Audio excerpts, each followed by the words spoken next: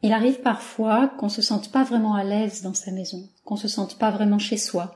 Ou alors quand on rentre le soir, c'est inconfortable, ça coince, on n'est pas vraiment, on se sent pas accueilli en fait à cet endroit-là. Et ce qui est inconfortable, c'est quand on ne comprend pas pourquoi. Quand on ne comprend pas ce qui se passe, quand on ne sait pas pourquoi cette maison-là, elle est aussi inconfortable. Et comment on peut savoir, au fond, si notre maison est vraiment faite pour nous, si notre maison est un espace accueillant, si c'est un espace ressourçant. Alors restez avec moi, c'est ce dont je vais vous parler aujourd'hui dans ce nouvel épisode de podcast. Je vais vous partager 3 clés, 3 signes importants, essentiels, qui vont vous permettre de savoir, de faire la clarté, pour savoir si votre maison est vraiment un lieu ressource pour vous ou pas.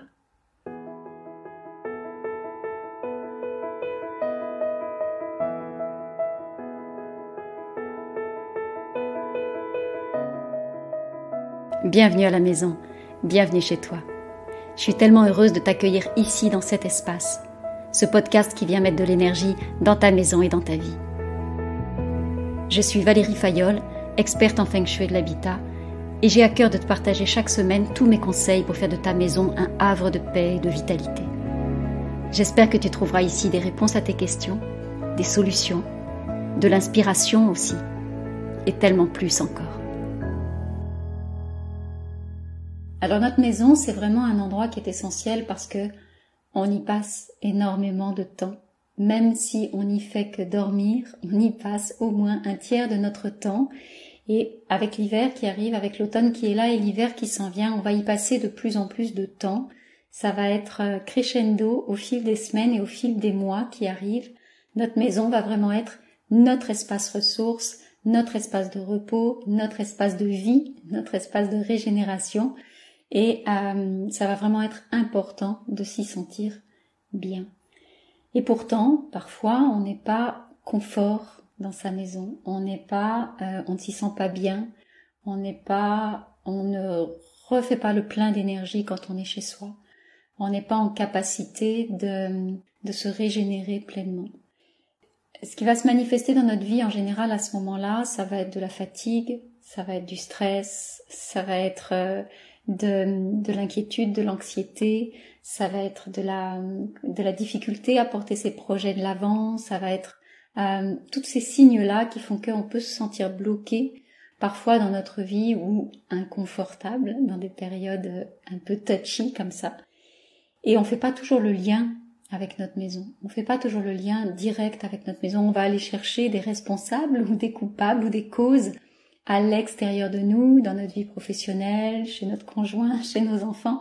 On va trouver plein de raisons pour justifier notre inconfort et on pense plus difficilement à faire le lien avec notre maison. Et quand on fait le lien, quand on arrive à faire ce lien, souvent on va regarder ce qui dysfonctionne d'un point de vue esthétique ou d'un point de vue du confort plutôt dans notre maison. On nous a vraiment appris à regarder nos maisons sous l'angle esthétique ou sous l'angle de la fonctionnalité ou du confort. Et c'est comme ça en fait que au fil des années, vous avez probablement aménagé votre maison pour qu'elle réponde à ces critères-là, soit quelque chose qui va être esthétiquement agréable pour vous, pour vos yeux, et pour tous ceux que vous allez inviter chez vous. Donc vous allez être très sensible à la manifestation des autres qui vont vous dire « Ah, c'est joli chez toi », etc. Donc ça va être comme une validation pour vous. Ou alors vous avez, c'est pas exclusif, donc ça peut être « et ou alors ». Vous avez privilégié le confort et donc vous allez aménager votre maison de façon à mettre en avant cette notion de bien-être et de, j'ai envie de dire, on sort un peu de l'esthétique, mais il y a vraiment comment je m'y sens cocon, comment je m'y sens confortable. Voilà, c'est vraiment cette notion-là que vous allez mettre en avant. Et ce qui fait que quand votre maison n'est pas confortable ou qu'elle n'est pas belle, vous allez mettre votre inconfort sur l'un de ces deux facteurs. Vous allez justifier votre inconfort sur l'un de ces deux facteurs en disant « mais c'est normal que je sois mal dans ma maison » ou « c'est normal que je sois mal dans ma vie parce que ma maison n'est pas confortable ou parce que ma maison n'est pas esthétique ». Donc vous allez justifier votre malaise sur ces critères-là parce que vous n'imaginez pas qu'il puisse y en avoir d'autres. Et pourtant, si ça arrive aussi souvent que votre maison soit à la fois esthétiquement agréable et confortable, et pourtant, vous ne vous sentez pas bien, ni chez vous, ni dans votre vie. À ce moment-là, c'est plus touchy, parce que vous n'avez plus de coupable à identifier. Et il peut y avoir de la culpabilité aussi qui peut s'inviter à ce moment-là. Je le vois par exemple chez certaines des personnes que j'accompagne qui sont dans des maisons, qui peuvent vivre dans des maisons qui ont, en apparence en tout cas, tout pour rendre heureux, tout pour qu'on s'y sente bien, puisqu'elles sont belles, grandes, spacieuses, agréables à l'œil, confortables, etc. Et pourtant, ces personnes-là se sentent pas bien dans ces maisons. Donc il y a quelque chose qui vient s'installer et qui est de l'ordre de mais comment ça se fait? Je suis dans un endroit de rêve et ma vie n'est pas une vie de rêve.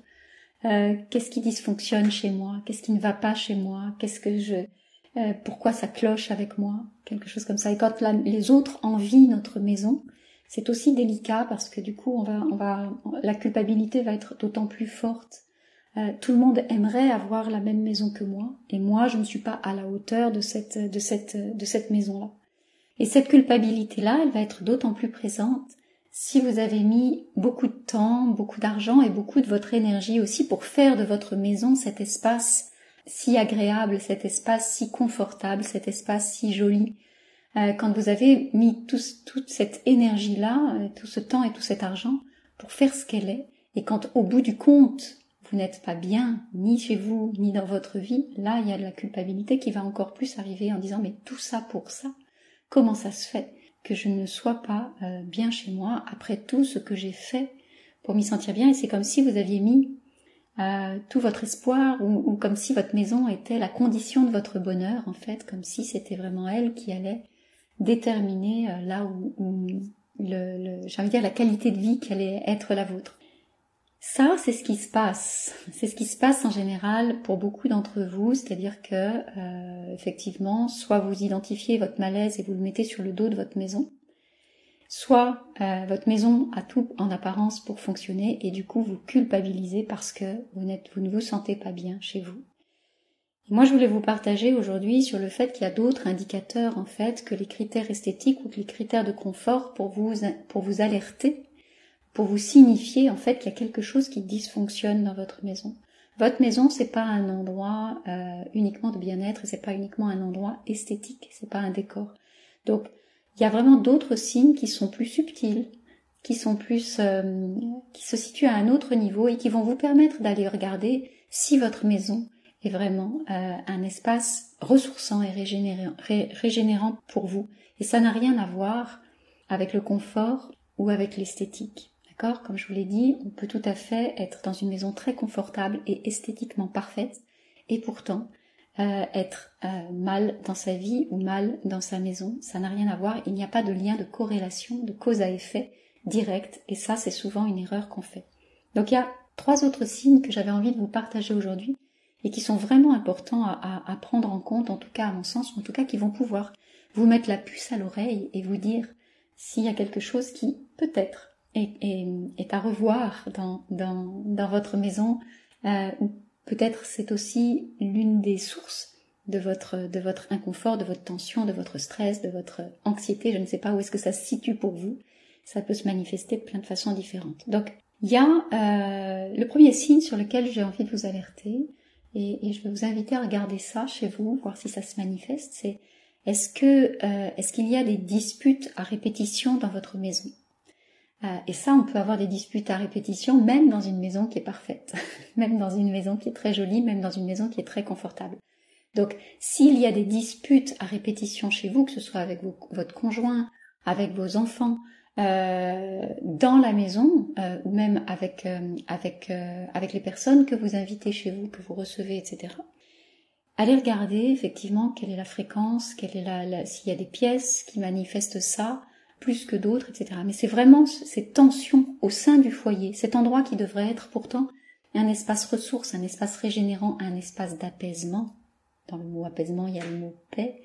Donc cet espace qui devrait être un espace de paix, si c'est un espace de tension, si c'est un espace de dispute, si c'est un espace de crispation, c'est un endroit qui ne va plus faire remplir sa fonction fondamentale qui est celle de vous sécuriser et de vous reposer.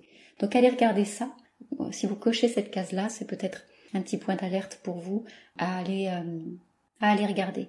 Regardez aussi si vous reprochez peut-être souvent aux autres membres du foyer leur façon d'occuper l'espace, soit parce qu'ils sont trop ceci ou pas assez cela, qu'ils prennent trop part à la maison ou pas assez, voilà, ou qu'ils envahissent l'espace. Allez voir aussi si vos griefs, vos sujets de tension avec les autres portent sur la maison, et si la maison devient aussi une source de tension elle-même. Soit elle peut être le témoin de vos tensions qui ont d'autres sujets, mais elle peut aussi être le sujet de vos tensions. Quand vous vous disputez autour des questions de rangement, quand vous vous disputez autour des questions de travaux, quand vous vous disputez autour des questions de charges liées à la maison devient vraiment l'objet même de tension, de crispation, et donc elle n'est plus cet espace ressource dont vous avez besoin. Ça, c'est le premier signe sur lequel je vous invite à porter votre attention. Il y a un deuxième signe également qui devrait vous mettre les warnings en alerte. C'est si vous êtes en perte d'énergie quand vous êtes chez vous. Peut-être que quand vous êtes chez vous, quand vous passez du temps chez vous, vous allez sentir que vous n'avez plus d'élan, que vous n'avez plus d'entrain, que votre créativité elle baisse, que votre envie baisse. Alors ça peut se manifester dans plein de domaines dans votre vie. Regardez si il y a des choses qui vous tiennent à cœur, que vous avez du mal à mettre en œuvre quand vous êtes chez vous, alors que quand vous êtes à l'extérieur, vous retrouvez de la vitalité, vous retrouvez de l'énergie, et que ça se passe complètement différemment quand vous êtes en dehors de votre maison. Si vous avez ces signes-là qui se manifestent pour vous, si effectivement quand vous êtes plutôt éteint, quand vous êtes chez vous, et plutôt porté par un élan différent quand vous êtes à l'extérieur, alors là, effectivement, c'est un deuxième signe qui peut vous alerter en tout cas sur le fait que votre maison ne répond peut-être pas tout à fait, remplit peut-être pas tout à fait ses fonctions, et qu'il y aurait des choses à revoir soit dans la relation que vous avez avec votre maison, soit dans l'organisation de l'espace, soit dans vos objectifs aussi, et la définition de vos besoins en lien avec votre maison. Ça, c'est donc le deuxième point. Le troisième signal qui peut aussi vous alerter, en tout cas sur lequel j'ai envie d'attirer votre attention aujourd'hui, c'est quand, à contrario, vous n'avez plus du tout envie de sortir de chez vous. Si vous vous isolez chez vous, c'est un warning, c'est un signal qu'il y a quelque chose qui dysfonctionne.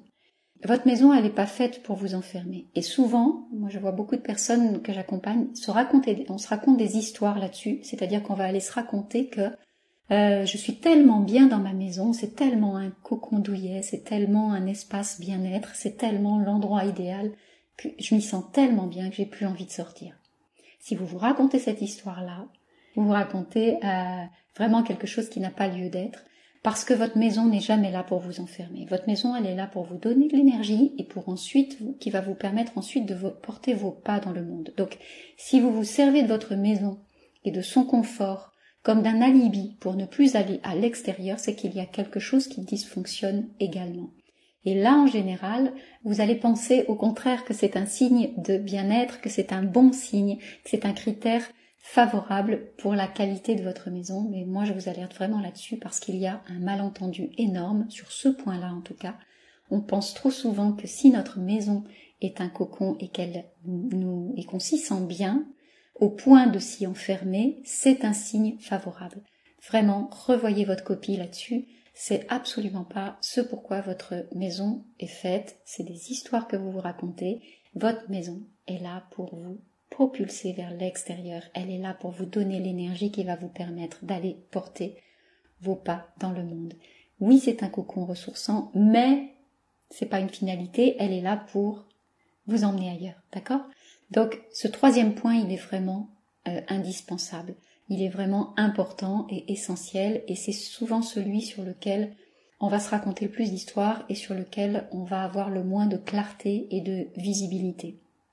Donc voilà, ces trois signes que je vais vous rappeler, ces trois signes sont vraiment importants à prendre en compte, et regardez si vous cochez l'une ou l'autre de ces cases. Donc, est-ce que vous vous disputez souvent chez vous ? Est-ce que votre maison est un lieu de disputes, de tensions, de crispations, est-ce qu'il y a des cris, est-ce qu'il y a même des non-dits, hein, on peut se disputer en silence, mais est-ce que votre maison est l'espace où ces tensions-là se manifestent? Ça, c'est un premier signe. Est-ce que votre maison, vous êtes en perte d'énergie quand vous êtes chez vous? Est-ce que votre maison vous prend de l'énergie? Est-ce que vous perdez de l'élan? Est-ce que vous perdez de l'entrain alors que vous avez de la vitalité quand vous êtes à l'extérieur? Ça, c'est un deuxième signe qui est important. Posez-vous vraiment cette question. Comment vous êtes quand vous êtes chez vous et comment vous êtes quand vous êtes à l'extérieur? Ok. Et le troisième point, qui est celui sur lequel on se raconte le plus d'histoires, c'est est-ce que votre maison vous enferme, même si vous y sentez bien? Surtout si vous vous y sentez bien. D'accord? Parce que si vous vous y sentez bien et qu'elle vous enferme, ça veut dire que vous êtes en train de vous raconter des histoires, mais que votre maison ne fait pas son job, notre maison ne joue pas son rôle comme elle devrait le jouer, et vous êtes en train de vous enfermer chez vous, et c'est absolument pas l'objectif, ok? Donc si vous avez l'un ou l'autre de ces trois points, ça veut dire qu'il y a un système d'alerte qui devrait s'enclencher chez vous, pour dire peut-être qu'il y a des choses à revoir dans la façon ma façon d'occuper l'espace, ma relation avec ma maison, et ce que je peux mettre en place dans mon foyer, dans ma maison, au sein de cet espace qui est là tous les jours pour vous et dans lequel vous allez venir tous les jours vous poser, vous reposer, vous ressourcer. Qu'est-ce que vous pouvez changer à cet endroit-là pour faire que ce soit vraiment un endroit qui joue pleinement son rôle, qui est celui de vous donner de l'énergie et non pas de vous en prendre. Voilà mes amis, ce que j'avais envie de partager avec vous cette semaine. J'espère que vous y avez trouvé de la valeur, et si vous vous identifiez dans l'un de ces trois points, n'hésitez surtout pas à prendre contact avec moi. Je vous rappelle que c'est offert et que vous pouvez le faire à tout moment en cliquant sur le lien qui est au-dessus ou en dessous de cette vidéo. La semaine prochaine, je vous parlerai de l'automne, comment on accueille l'automne dans notre maison, comment notre maison se transforme en cette saison et qu'est-ce qu'on peut faire pour optimiser l'arrivée de l'automne, ou en tout cas la manifestation de l'automne dans notre lieu de vie. On en parlera la semaine prochaine. Si cet épisode vous a plu et si vous avez envie de découvrir la suite, pensez à vous abonner surtout. Je vous invite vraiment à vous abonner, et puis n'hésitez pas à partager également mon podcast autour de vous. Chacun a besoin de se sentir bien dans sa maison et de continuer à y expanser, même avec la période hivernale qui arrive. N'hésitez pas aussi à m'écrire et à me partager vos expériences, vos témoignages, votre vécu, vos histoires de maison. J'aurai toujours beaucoup de plaisir à vous lire. Moi, je vous donne rendez-vous la semaine prochaine. D'ici là, prenez soin de vous et prenez soin de votre maison.